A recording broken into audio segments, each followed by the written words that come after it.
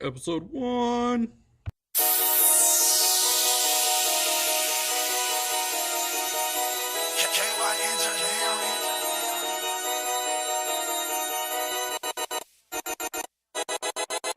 The mayor's in the house. What up?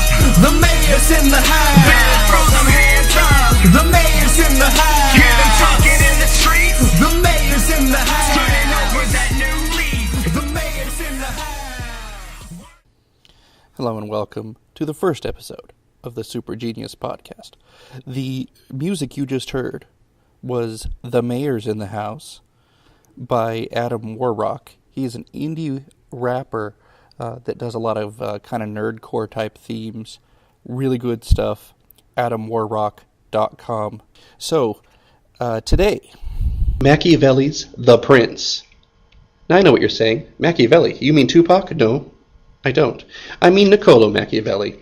Most students will be talking about this book early on in the year because it's a Renaissance era book. He shows up for two main reasons. One, honestly, he's interesting. This is not a book that goes away. Machiavelli has been enjoyed by leaders from Napoleon Bonaparte in 18th century France to Benito Mussolini in 20th century Italy. It's been on the bedside of murderous dictators like Joseph Stalin, who controlled his people totally and completely in Soviet Russia. It's even been studied and updated for today's times by Dick Morris, who has advised Democrats and Republicans in America alike. The other reason you're going to end up studying it is because it works very well as an example of how the authors of the Renaissance paid attention to the classics. The Renaissance is basically a huge nostalgia trip, where everyone wants to show off how much they know about ancient Greece and Rome, and The Prince is full of that.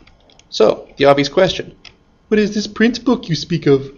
Well, it was written by this guy, I already said, Niccolo Machiavelli. He truly, honestly looks like a squirrel. I'll put a picture of him in the show notes because it's actually true. He wrote it in 1513. Big Machiavelli, or Big Mac as I call him, wrote it based on his decade of experience in the politics of Florence and other Italian city-states. And that was where he met some of the most important people around that time. He's met popes, kings, princesses. Yeah, I said plural on those. He's got all this interesting stuff to draw from. So he writes this book that's really mean-spirited. And essentially he says that human beings are big jerks and they need to be controlled. And it's a book that advises people that are in power how to keep their power for the most effective manner. According to Mac Daddy, humans are wretched creatures who would not keep their word to you. Therefore, you, the ruler, shouldn't feel that you have to stay honest in all situations. In fact, he doesn't think you should be good or evil, but instead without any morals whatsoever. If you do what is good and it works out, great. Do it because it works, not because it's good. If you want to be more evil because you think that's the best route, do that instead. A good prince, according to Machiavelli, rules best when he controls his people with fear. If you love someone, you may still betray him. But if you fear him, Machiavelli argues, the control is stronger, the resistance is weaker. Chew on that one for a moment, my friends. Is it really better to be feared than loved? Are you afraid of your parents, your teachers, your president? Then think, do you speak out against those people? Do you defy them? Do you disrespect them? Then think about how often you talk smack about someone who scares the stuffing out of you, and then assess the validity of Machiavelli's claims. The hero, if there is a hero of this book, is a guy named Caesar Borgia, who's the son of Pope Alexander VI, who isn't even supposed to be having sons, much less acknowledging him, but that's a different story for another podcast. It's dedicated to Lorenzo Medici, which is no small surprise. See, remember how I said Machiavelli used to work in the government? Well, he had some political power in Florence until the Medicis took over again in 1512. They'd been in power prior to the 1490s. Don't worry about that too much. You might be just getting into this. Basically, what you need to know is once they took over, Machiavelli got fired, and then he immediately starts kissing up to the guys who did the firing. And then why do you kiss up to people? Because you want something. And Machiavelli missed his former government work because he was living like a boss, and he wanted to gain the attention of those who were still in power so he could be a boss again. A sort of interview letter is what this kind of is. He wants to demonstrate his values to the new rulers of Florence that had been responsible for his dismissal. Now, I know you're all about the Wikipedia and the Google and the About.com, and you're going to start hitting me with, but I heard Machiavelli was actually Republican. Does he like a Romney fan or... No. Two things. One, back in the day, being a Republican just meant somebody who wanted to have a Republican system of government. That's basically what we have in America today, where we elect people to represent us.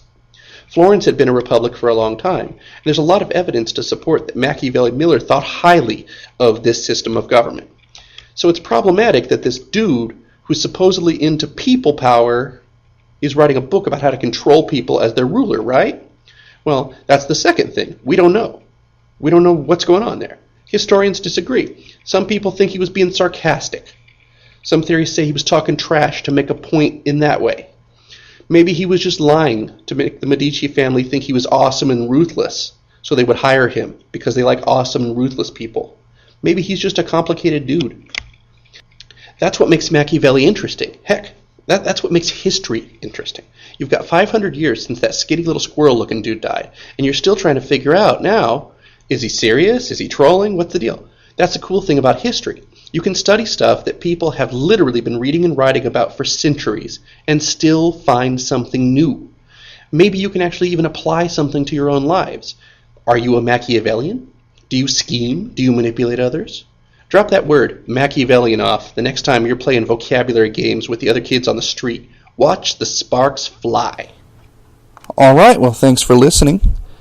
This is going to be a weekly podcast, so tune in next Wednesday, and you can listen to it. I think next week I'm going to talk about Savonarola, who you know from Assassin's Creed 2, if you are geeky.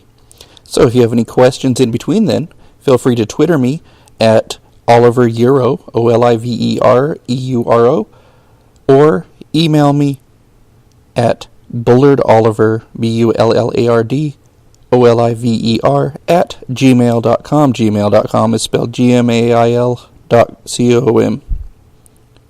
Have a nice day. Enjoy the music. Peace out. Shaking trees, yo, picking fruit too. Tell me what the mayor's supposed to do.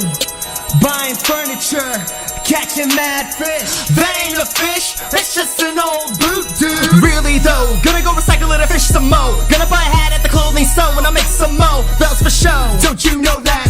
I got some pears to pick, I got some peaches to plant. If you a pest, then I'm catching you in a net. You dead. At the museum, donating the Stego tail. And Pelly, what's up? Yo, I got some presents to put in the mail. This is the life of the boss, king of the city. Check